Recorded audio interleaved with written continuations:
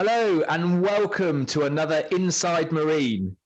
Today I'm joined by James Roy, who's the Managing Director of the globally leading Lateral Naval Architects. James, thanks very much for joining me today. That's okay. Thank you for the invitation. No worries.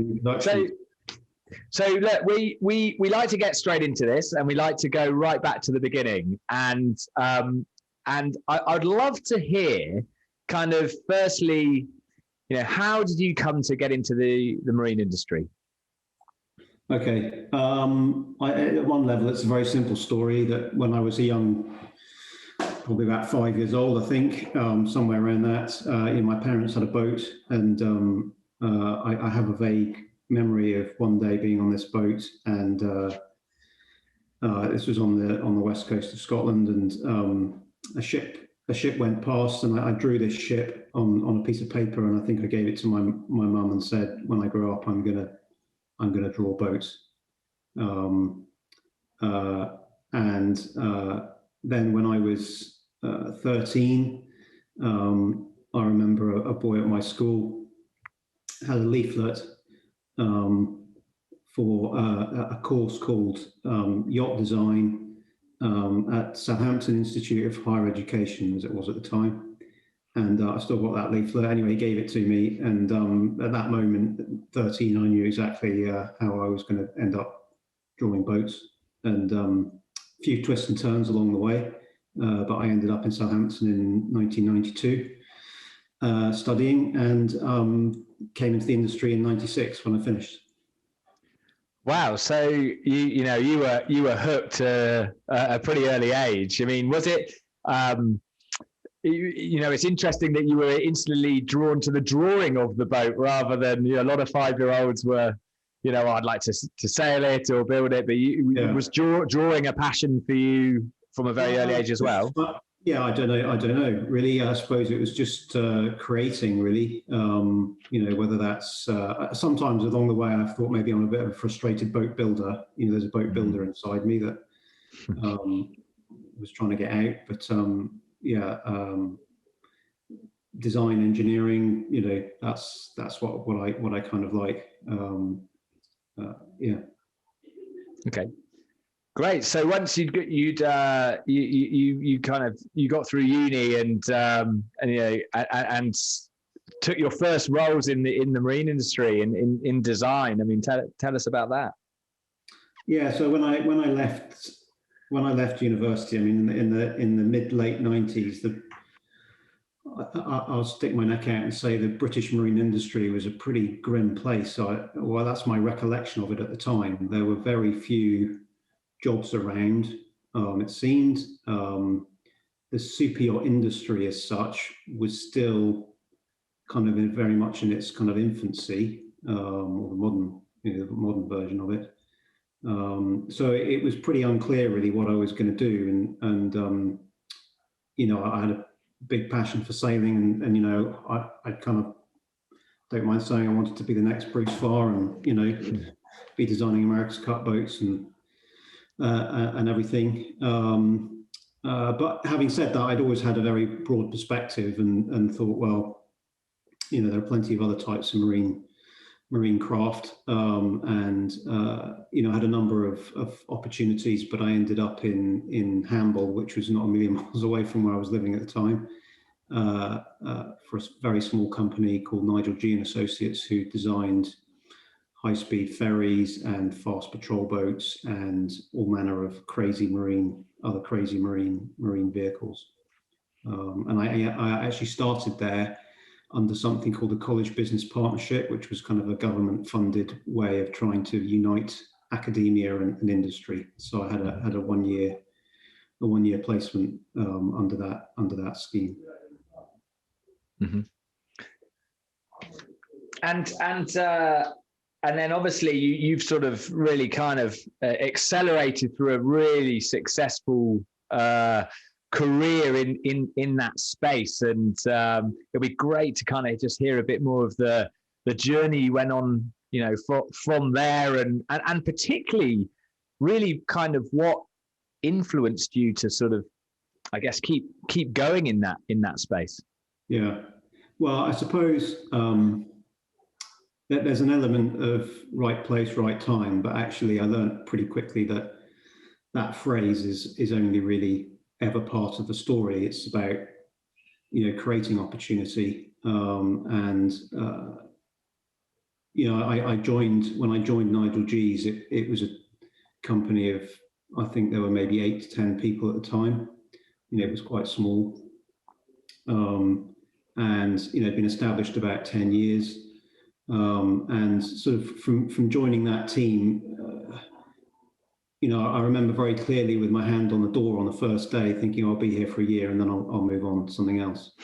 But actually, it was such a great place to work. And actually, it was Nigel and John as the leaders of the business. There was never anyone standing over me telling me how to do things. I was, the direction was set, and we were doing some really interesting work that involved anything from sort of research through to boats that were actually under construction, and across a phenomenally wide range of different types. One day it was a hovercraft, the next day it might be a container ship, fast ferries, yachts, a whole, and then a lot of work with the US military on really crazy future warship type ideas. And it was in terms of actually using one's brain, it was a great place to cut my teeth. I stayed with that company. In actual fact, I'm still with that company. It's just that company has evolved and morphed into other things over the years. So in 2004, it was acquired by BMT. So it became part of a bigger group of companies. Still very much left to be the small, autonomous, agile business that it was. By that time, we'd kind of grown to about 40 people. And then in 2006, I was offered the opportunity to look, do you want to take the company forward in the super yacht market? Because although we'd done super yacht work, we'd never promoted ourselves in that industry. And actually the super yacht workload at that time was starting to take over the business. So I took over that and built the BMT brand in the yacht market until 2018, when we launched Lateral Naval Architects, which is a spin out of BMT, purely concentrating on super yacht engineering and naval architecture. And just kind of going back again, you said one of the things that you really loved about the business back then was the fact that you were kind of given the direction and off you went. And is that still very kind of core in kind of how things are run still today? Yeah, well, certainly when Lateral was being conceived, I was considering how to structure the team and how to engage people, and I was very conscious I didn't want Lateral to be a business where I'm telling people what to do. Not really interested in that kind of leadership. And leadership really to me is about getting people up the accountability ladder, facilitating people to take responsibility and be part of the solution rather than just being told what to do and that they feel like they own the business, see a bigger purpose. I very much sort of followed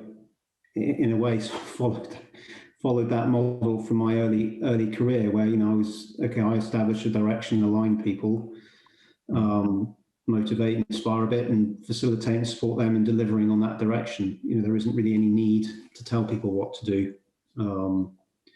It's about having what I call leadership at every level, right throughout the company. Yeah, absolutely. And how do you install that into people? I suppose one of the first things is to make sure you're hiring people who are smarter than you are to a degree, and focus on building that team around you, and then making sure that people build teams around them. And I think we are, sort of lessons from history. I'd seen many times where we would take people who were brilliant naval architects and engineers, and suddenly we turn them into project managers or leaders of some sort. And because they were brilliant engineers, we'd expect them to be brilliant leaders, right? And often they would, sometimes they'd succeed and fly, and other times people would fail, and then there'd be a bit of moaning. And actually, when you stand back and think, well, hang on, we didn't actually really facilitate this person taking on that role. So it all comes down to training and passing on those skills. Yeah, I think that's really, really important point you just said there. That kind of perception that because you're good in one area, you can then be good in the either leadership area or whatever the next area is, without the support of the business, and that sort of thing is quite often missed, and it can be quite a negative experience, right? Yeah. And we accept across our team, we've all got our strengths and weaknesses. No one in the team is perfect in all areas, and part of coming together as a team is that we support one another, and we fill in those gaps. And what's really you've clearly kind of kept progressing through your career into the role that you are now, and what do you really kind of put that down to? How were you that sort of right place, the right time, like you said, or what is it you think that your approach stuck out? I don't class myself as being particularly clever or smart, or I think at the end of the day, in the same way that myself and others go out and sell the company and what the company can do, there are certain skills one needs to be able to sell yourself as a company, as an individual, with intellectual property in your head. And actually, I often think back to university. There were one or two lecturers, and I think that was kind of the beauty of the course in Southampton in a way, in that it wasn't just academic. It did focus a bit on, okay, these are the things you need to be doing when you go out into industry. And I remember being told in one particular series of lectures about how you should go out and market yourself, and if you're into boats and sailing, then and you want to put a photo on your CV, then maybe it should be a picture of you on a boat sailing, for example. I mean, it sounds like childishly naive to promote that as an idea, as anything clever. But it was that kind of, I remember from day one thinking, okay, I need to have some skills here on how to be able to come on a podcast and talk about it, for example, how to make oneself a thought leader, how to, it's got to be more than just coming to work and doing 9 to 5 and, having ideas and projecting ideas and,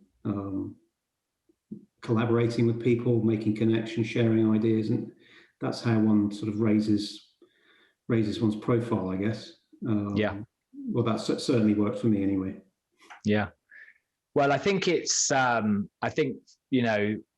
what I just heard, that sounds like the university did a brilliant job of installing those things really early on in the career, or even before the career. And, I think that's really important. And I'd be interested to know, I mean, you probably, you see a lot of, I guess, graduates coming out of university, coming from lots of different universities. Is that a theme across the universities, or is that something that you think has always been done very well, specifically with Southampton? Or is it missing? I think most people most courses now are equipping people for going out into the workplace pretty well. I think maybe though, as I say, when I graduated in '96, the marine industry wasn't a great place. There weren't that many jobs around. People were really hungry to get jobs. Now I think I see less of that hunger. There's almost a little bit of sometimes sense of entitlement. I mean, that's not. I don't mean to generalise, but I think maybe it's an employees market rather than an employers market now. But yeah, it's great. You know, there are plenty of bright young graduates out there. That's for sure. Yeah. And you know, you take your kind of career and your progression to date. Is anybody who was particularly a big influence on you in that career journey to now? Yeah, I suppose, you know, the leaders of Nigel G and Associates, you know, Nigel and John, were probably, yeah, they were certainly my mentors throughout my time working with them. They're both now retired, but I'm watching how they ran the business. Anything from, you know, scratching their head saying we need some more work, how are we going to find it, through to dealing with technical problems, operational issues, you know, and at the same time still managing to have fun, not take themselves too seriously, and have a good time doing it. Yeah, great. That sounds like a really great environment. Yeah. And, you know, up to now, is there anything that really stands out that you're kind of most proud of that you've achieved or worked on up to now? Yeah, well, look, you know, there are countless projects along the way that I would mention and have a sense of pride in their conception or development. But ultimately, I suppose it's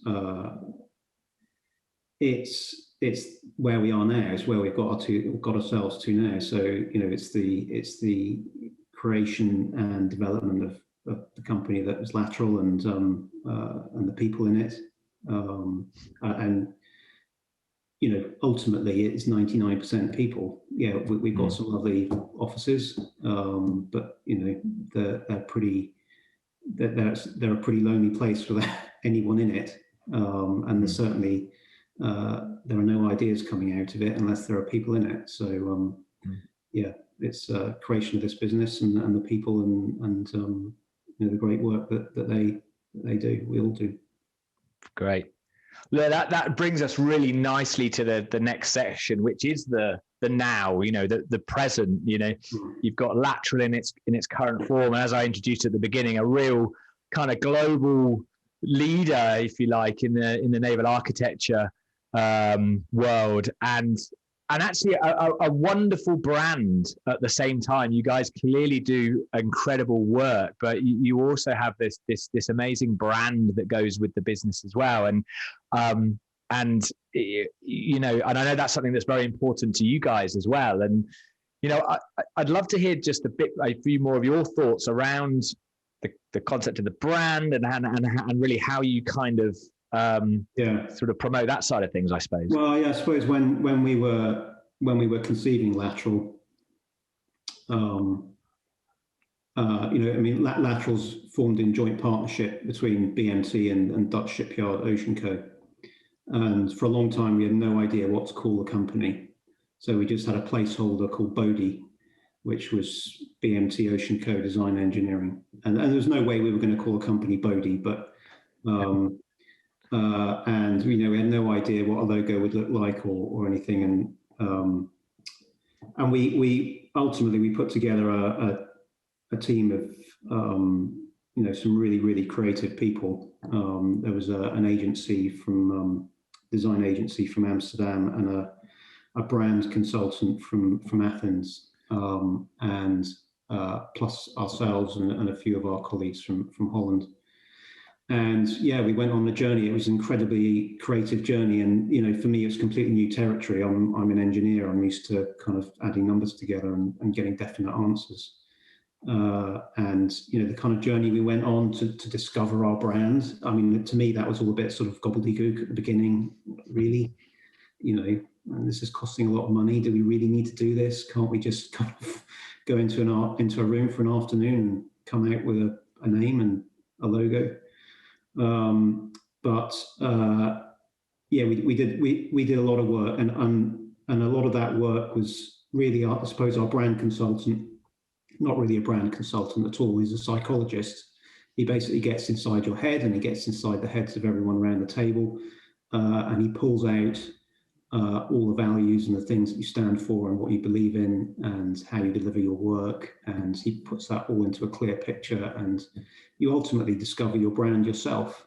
So yeah, we came to our brand ourselves, and the creative agency helped us with the narrative and the logo behind our the sort of physical manifestation of that. But yeah, I have to say it was one of the most, out of all the projects I've done, designing boats, designing a company and developing a brand, it was really, really interesting. Yeah. And I know one of your kind of strap lines, if you like, is to ask new questions. And, how much of that do you put into your kind of, I guess, process or experience from the customer or the shipyard point of view? Yeah, I mean, when we have a new client now coming to us with a kind of, some clients have no idea what they really want. So the way that process starts is we help them write a question down. Literally, we write quite a simple question at the start, on page 1, and when we get to page 50 or however many pages it takes, we always go back, constantly going back to page 1. Are we answering this question? And if we're not, there might be good reason why it's diverted off into some other pathway. But we're always trying to answer that question. So the ask new questions things is, yes, it's a strap line, but it is actually quite fundamental to how we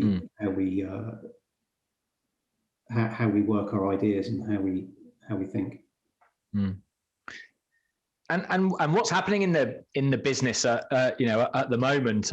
We're seeing the industry as a whole incredibly busy, and I always kind of gauge a little bit about how busy we're going to remain being in the next months and years and how busy the design offices are. And it'd be great to hear just a bit more about what's happening in the business. Yeah, I mean, for sure. Well, I mean, right now, I suppose, internally, we are, we've got a lot of work, and we're still trying to adapt to the back end of a pandemic and, the post-COVID world that will follow. And, I think there's still some way to go in that. It's going to be quite a big project, I think, in a way, because we're putting now in place some more flexible working policies, remote working policies.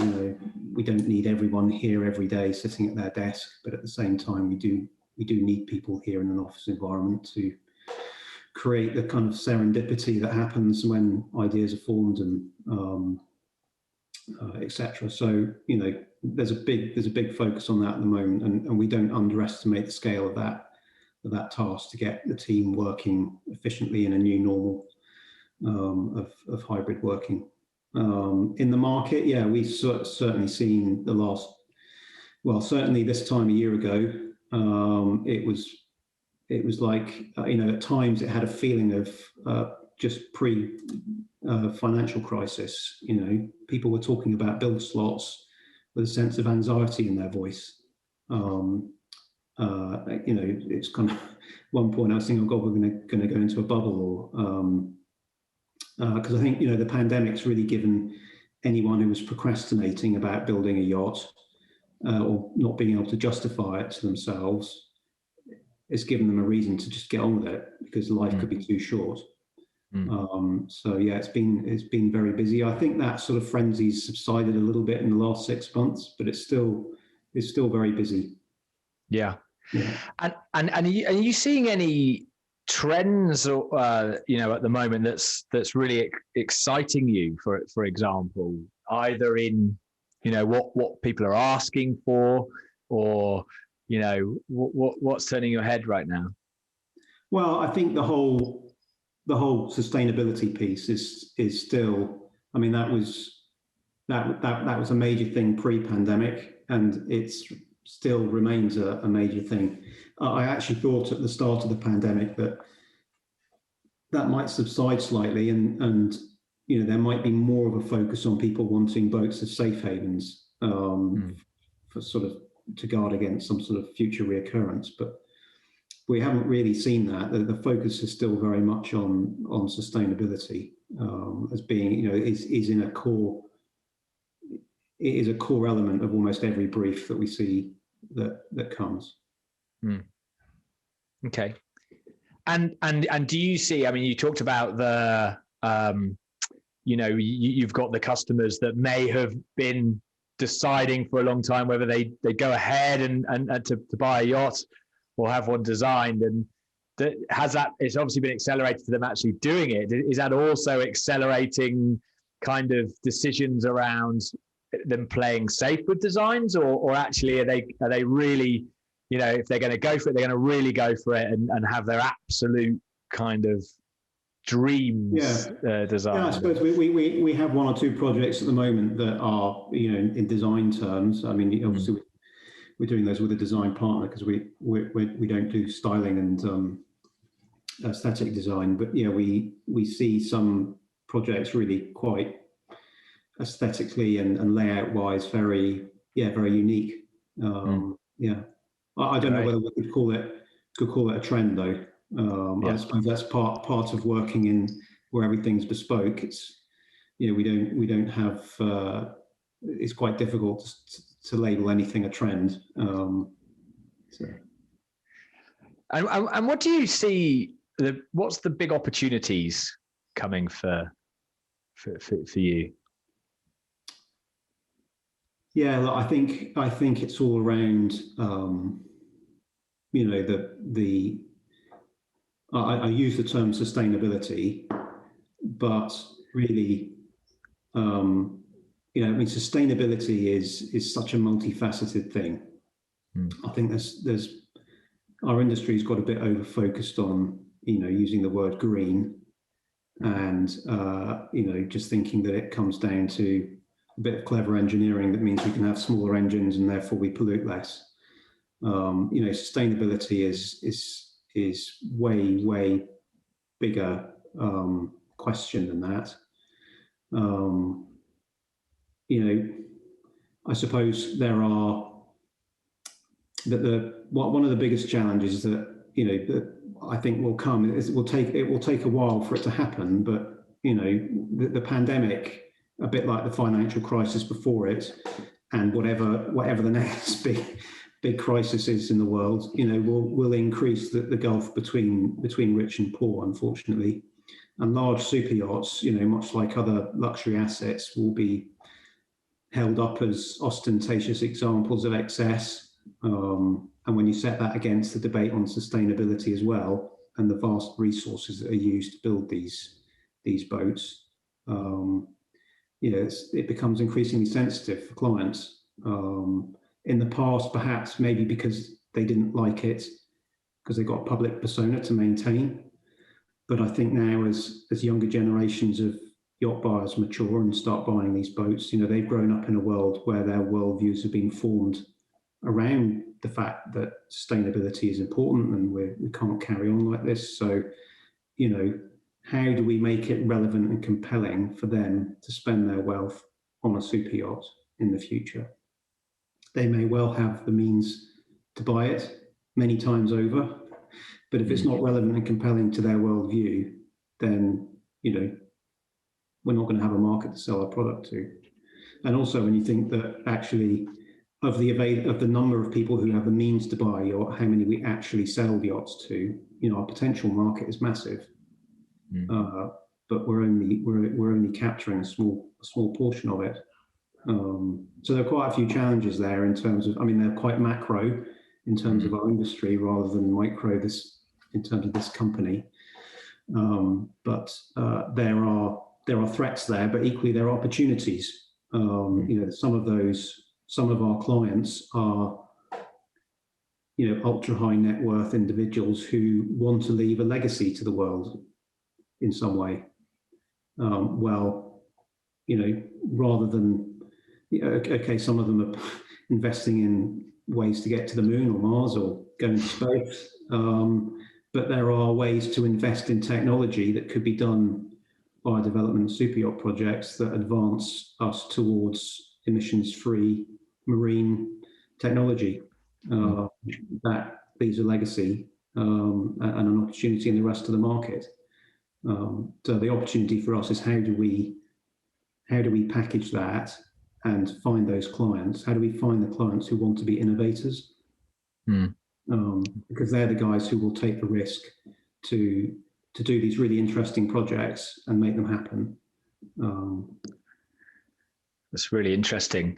And, you know, presumably a big part of the role that you play is kind of guiding them towards the right technologies or the right ideas. I mean, it'd be really interesting just to understand, I suppose, a bit more of the life cycle, you know, from the conception to the build. I mean, are you dealing directly with the customers or the shipyards? I mean, where do you sit in the whole life cycle? It varies a bit because we're mainly we're a technical and an engineering company. You know, the traditional route of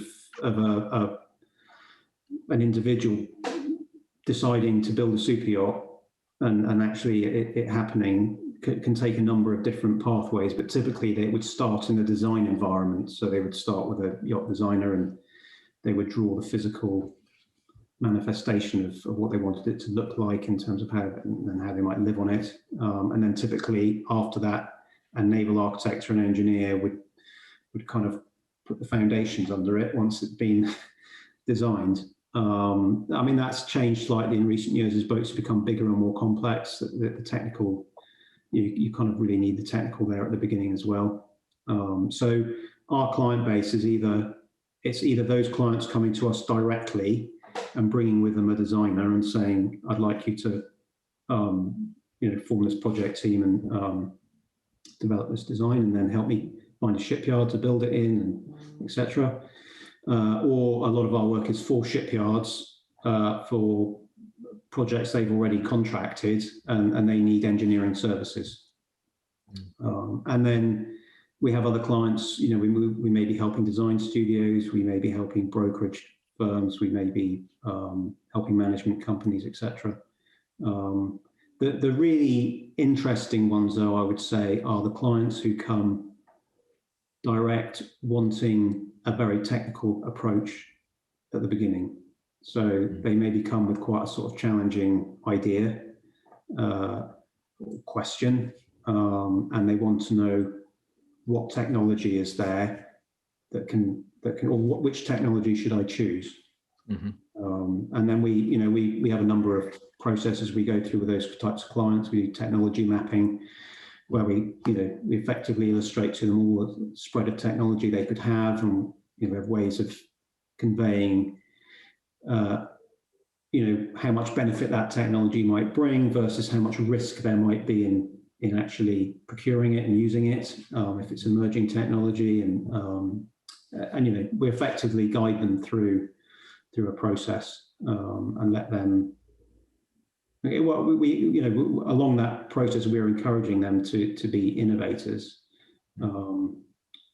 We innovate, but ultimately the client has to be an innovator to make the project happen. Being an innovator means taking risk. You can't be an innovator without taking risk. So if the client's not prepared to take any risk, and it quite often happens that we show them all the technology that they could have, but they still resort to the tried and tested, safe, great, all this stuff, but I want this. And they're in a way, if you like, if we are going to get to zero, if we really are going to do it, we need to make it compelling for those clients not to say, I'll have the safe pair of slippers that the last guy had. Actually, I do want to go outside the envelope, and do it in a very controlled way. We're not asking them to bet everything on red or black. But that's part of the challenge for our whole industry is how do we get our clients to be innovators? And presumably as the owner, generation that we're in now, the up and coming owners, maybe who are maybe more technology savvy in a way, have grown up, in a more technology filled world, starting to become a bit more open minded. Yes. Yeah, for sure. Yeah, that's really interesting.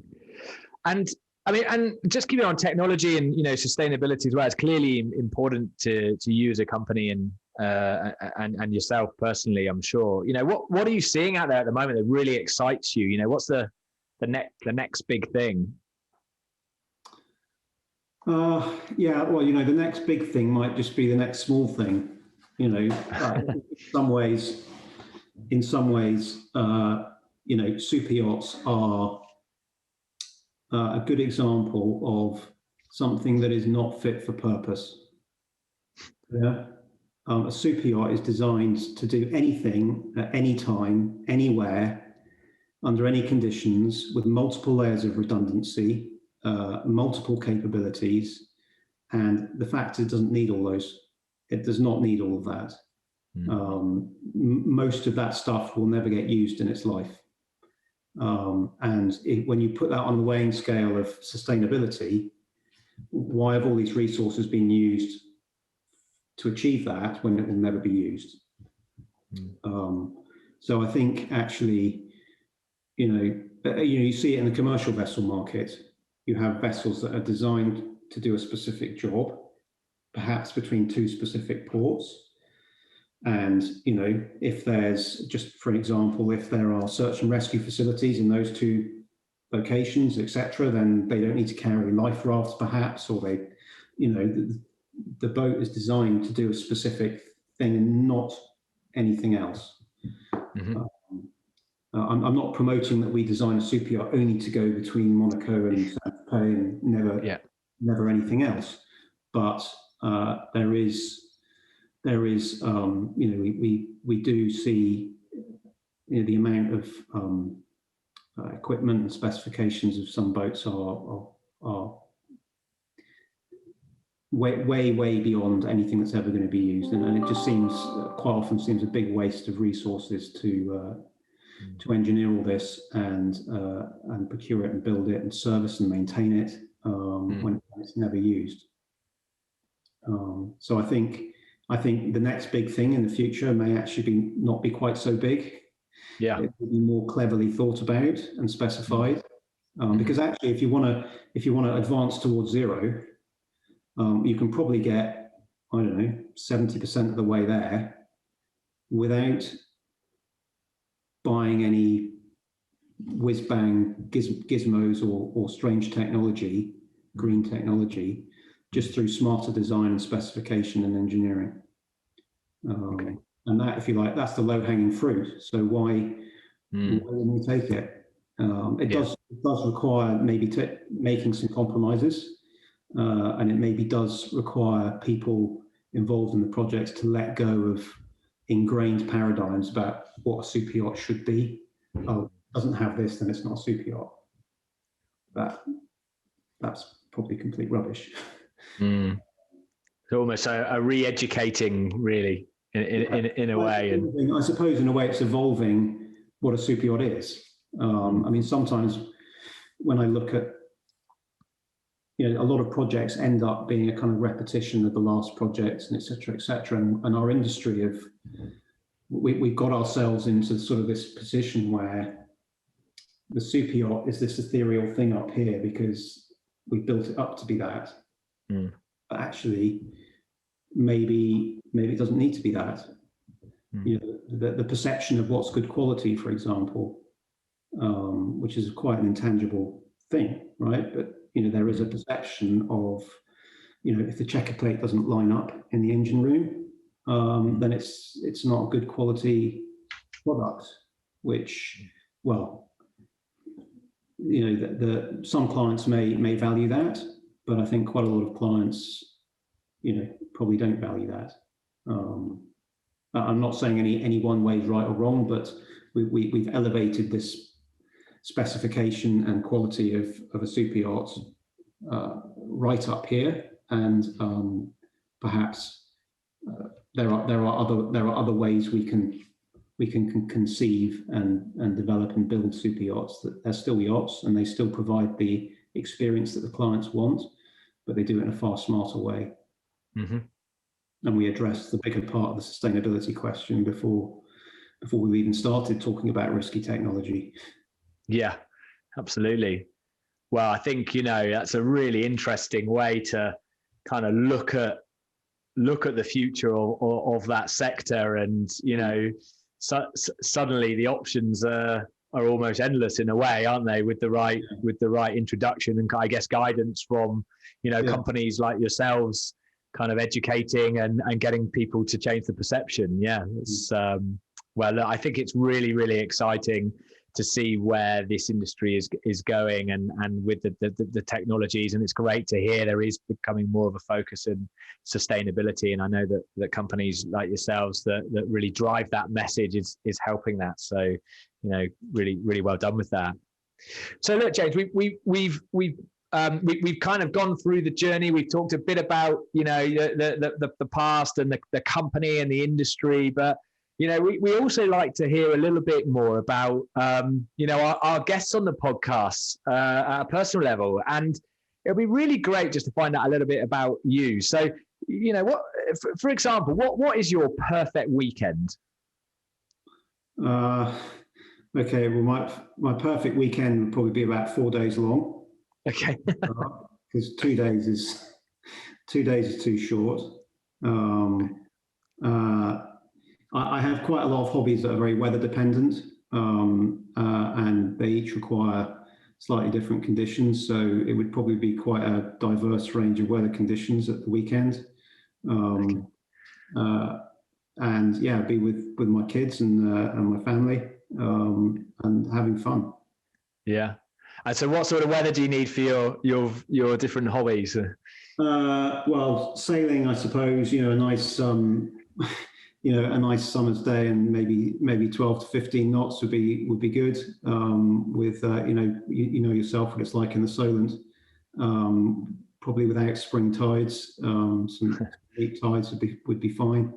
And then flying's my other thing. So a bit of gliding, which needs a northwesterly about 12 to 15 knots would be nice. And then I just got into powered flying as well, so like a little bit lighter conditions for that.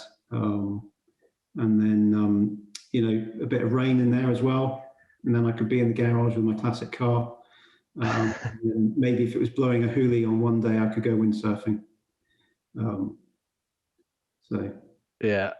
Sounds like it's a good job you live in the UK, because I think you can get that variety over 4 days here, can't you? Yeah, there's plenty of variety of that's for sure.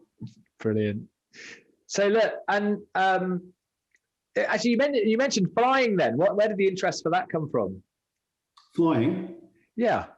Yeah. I think although I knew I said at 5 that I wanted to draw boats. I did grow up and was influenced by a couple of other things. One was a film called Top Gun, which I'm sure you remember, because you seem about the same age as me. So I was either going to be a fighter pilot because I loved Top Gun, or I was going to be a lawyer because I loved a show called LA Law, or I was going to be a yacht designer because I was watching Howard's Way. So yeah, I don't know. I'd always had a fascination. I was always building model aeroplanes as a kid. So yeah, I think there was an interest there. Yeah. Great. So look, we always like to just wrap up by asking our guests, if you were to give one piece of advice to somebody considering coming into the industry or just entering the industry, what would you say to them? I would say, take a really big view of what you're coming to work to do. I mean, we can come to work every day and think, I'm coming to work today and I'm going to draw a crane foundation, or I'm going to work out, do a resistance calculation, or I'm going do an equipment number calculation or whatever it is that you do. But actually, what we're trying to do is advance science and engineering. And when we start to bring in these questions about sustainability in the future, we're actually coming to work to advance humanity, which sounds incredibly grand when you're trying to get across the Itchen Bridge in amongst the traffic, etc., and thinking about the next meeting to go to and whatever it is. But I think if we are going to get to zero in this kind of future world we will aspire to, and addressing the issues that we have, then we do need to dial our perspective out a bit and have a bit of a bigger picture and see the bigger picture we're contributing towards. I think that's an absolutely wonderful piece of advice. James, thank you very much for giving me your time today. It's been fascinating chatting to you about the journey, but also your insights into the industry and the future of the industry. I know I've certainly taken a lot away from it, and I'm sure anybody who listens will. So I wish you the best of luck for all the coming projects, and maybe you can come back and speak to us again to update us in the near future. Yeah, thanks very much for having me on. Great. Thanks then, James. All right, thanks.